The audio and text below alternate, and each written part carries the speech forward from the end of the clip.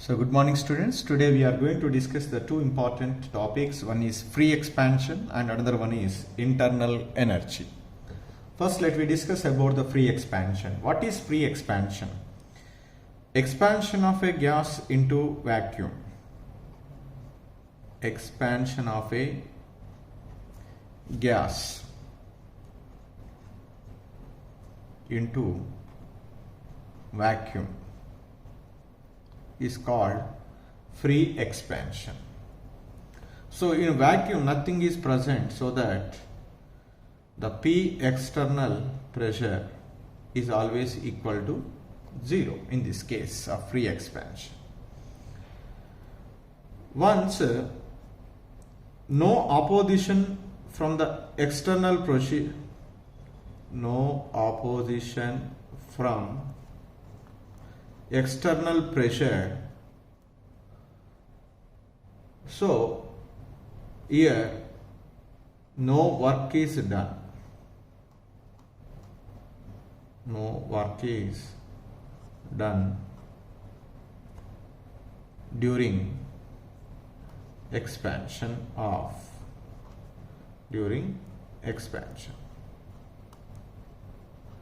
So whether it is reversible or irreversible, any process, whether it is reversible or irreversible, since no opposition from the external pressure, no work is done during the expansion. So this is the points we need to be remembered. Sometimes they might be asked in your question, calculate how much amount of a work is done. So when a gas is expanded into a vacuum, so then we can say P external is equal to 0, then W is equal to P external into delta V. So once there is no external pressure, so the P external is equal to 0, then obviously W is also become 0. So this is about the free expansion. Next we move towards the internal energy. Internal energy.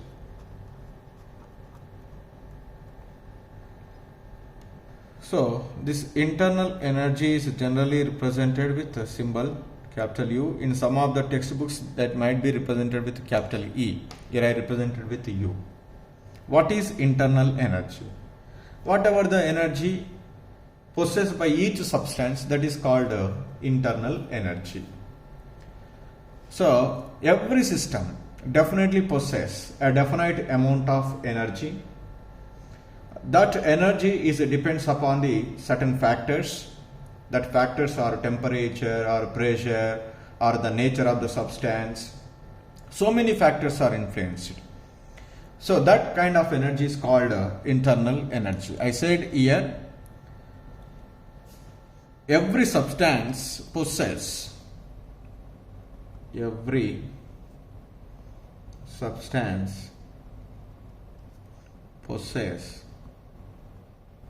a definite amount of energy,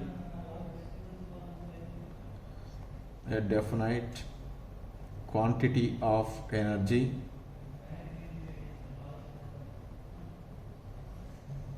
which depends upon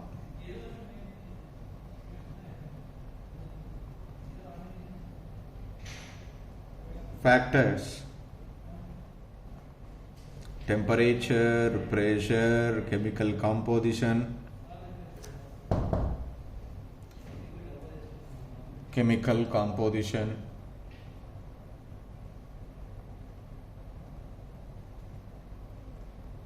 etc. So this is known as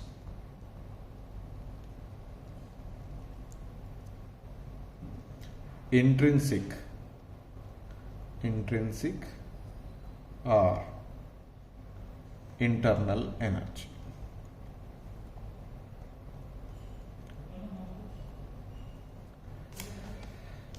So it is made up of kinetic energy and potential energy. So the kinetic energy means translation energy, rotation energy, vibrational energy. Potential energy means the different types of interactions like electronic energy, nuclear energy, molecular interactions energy. So all these together we are simply called as called internal energy.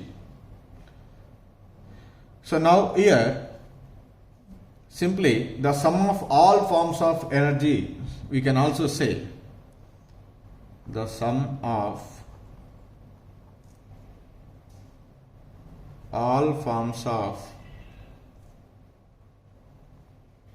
energies stored in atoms or molecules is called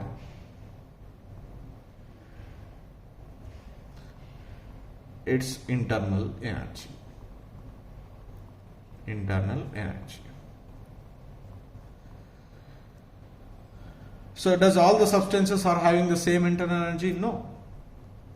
So the different substances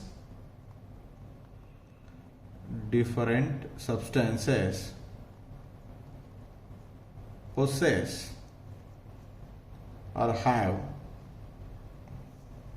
different internal energies. Different internal energies. So that is depends upon why they are possessing the different internal energies. That is depending upon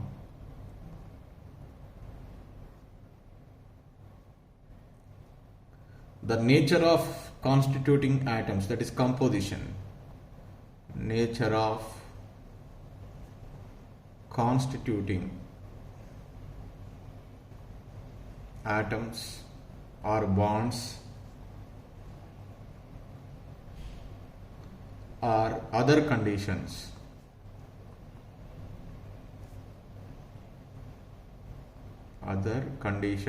like temperature, pressure, like etc. All these can be decided.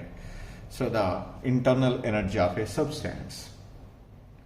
For example, the carbon dioxide and sulfur dioxide are there. They are placed at the similar conditions. Carbon dioxide and sulfur dioxide, SO2, seems to both are same, but the constituents are different. Here let us take 1 mole, here 1 mole. Similar conditions, same temperature and pressure, similar conditions. Here similar conditions, but internal energy of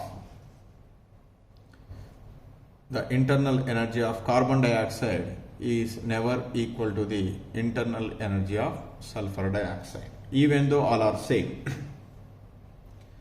Sometimes the chemical composition might be same. Say water molecule is there. The internal energy of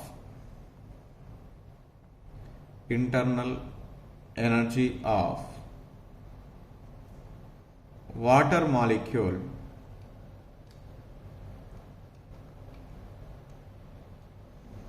at 300 Kelvin is different from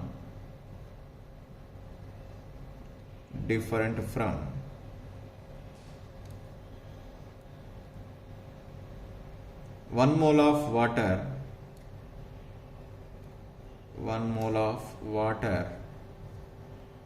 at 310 Kelvin.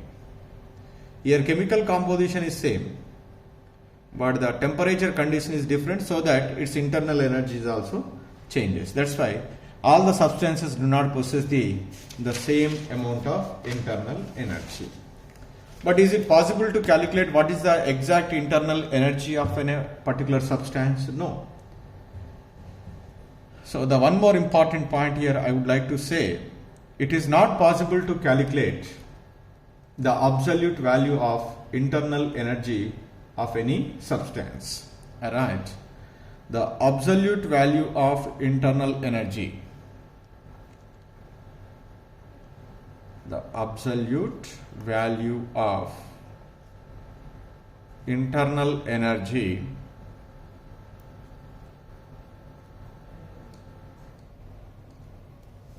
possessed by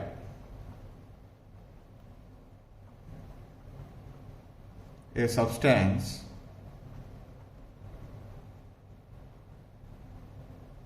cannot be calculated. Cannot be calculated.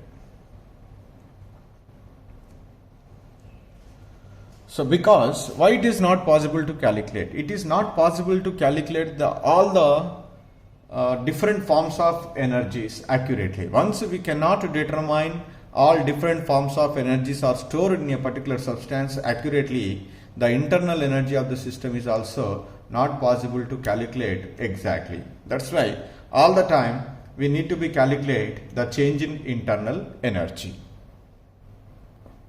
So therefore the change in internal energy, the change in internal energy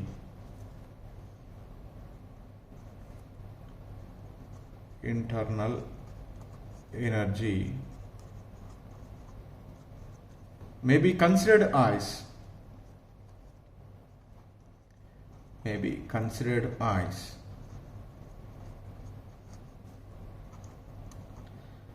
the difference between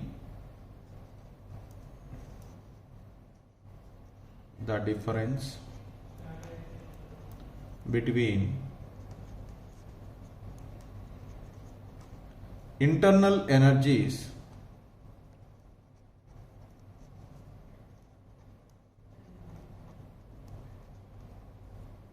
of the two states.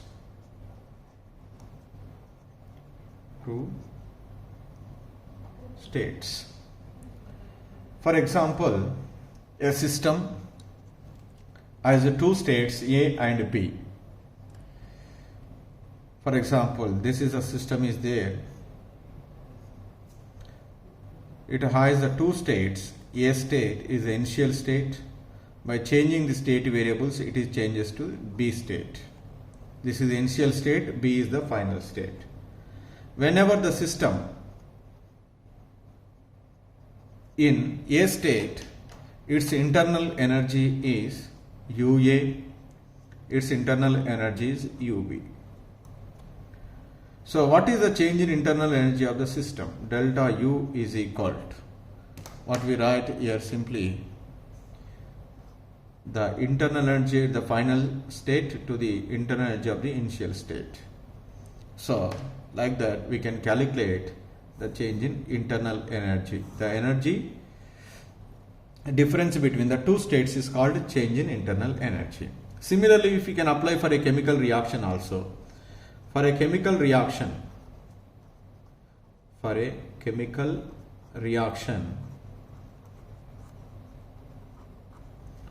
is chemical reaction? Reactants gives rise to products. Say I write reactants gives rise to products. So what is the internal energy of the reactants? UR, say. What is the internal energy of the products? UP. Then what is the change in internal energy for this reaction? Delta U for this reaction is equal to internal energy of the products minus internal energy of the reactants. So UP minus UR. Like that we can calculate the internal energy of a chemical reaction. So now here, if in this case internal energy of the products is greater than internal energy of the reactants, then obviously the change in internal energy is positive. If internal energy of the products is less than internal energy of the reactants, the change in internal energy is negative. So here, when we are calculating the internal energy, we always say we can calculate the First we can take the internal energy at the initial state and internal energy at the final state.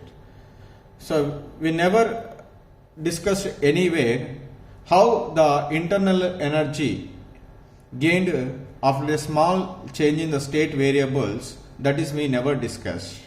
Just we can take an initial state and final state. How this state is obtained, what kind of mechanism we are followed, what path we are followed, that is we are taken into the consideration. So that's why here the internal energy, the change in internal energy is a state function. So here one more important point is delta U is a state function because the delta U values depends upon the initial state and final states. It never depends upon the what path we are followed to bring about the change in internal energy. So whatever the path followed, we are getting definitely the same amount of the internal energy at the two different states. So that's why the change in internal energy is always a fixed value.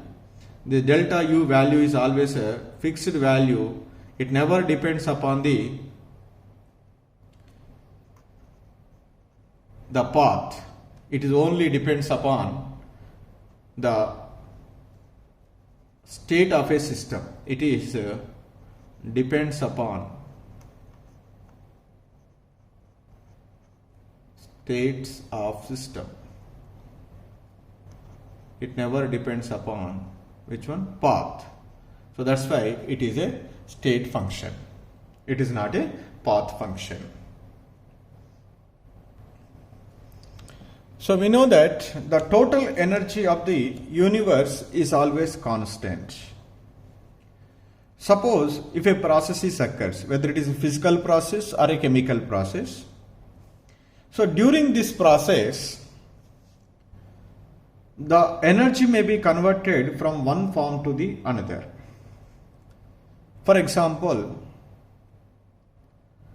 so generally we are observed the water is stored in a dam. That water is stored in a dam is always possess potential energy by virtue of its height. When this water present in the dam is allowed to fall, its potential energy changes to kinetic energy. When this whatever the water is allowed to fall, that is fall on the turbine, then immediately the turbine can be rotated. That is mechanical work. So that because of that rotation of the turbine, so it can be produce the electrical energy. In this case, the potential energy is converted into kinetic energy. So that is the mechanical energy, then electrical energy. And that means the energy can be converted from one form into the another form, but it never wasted. That means the total energy of the system remains always constant, even though it is changes from one form to the another form. So this is leads to an important conclusion. So that is known as conservation of energy. And based on this one law was put forward, that is first law of thermodynamics. What does it says? It states that, you know very well, it states that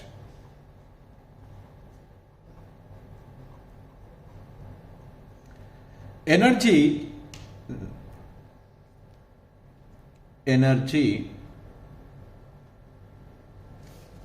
can neither be created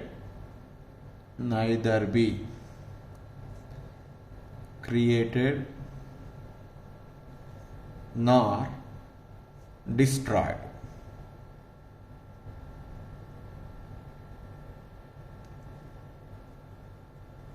Although it can be converted one form to another, one form into another. This is first law of thermodynamics. The same thing we can also apply for chemical reactions. So, energy may be, that means this law is, I write one statement, this law is holds good even in chemical reaction also. In chemical reaction also. So what is that? Energy may be absorbed or evolved during a chemical reaction. Energy may be absorbed or evolved during chemical reaction. During chemical reaction. But the total energy of the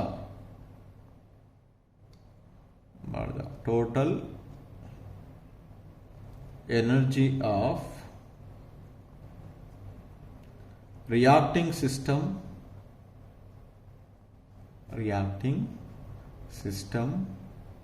and surroundings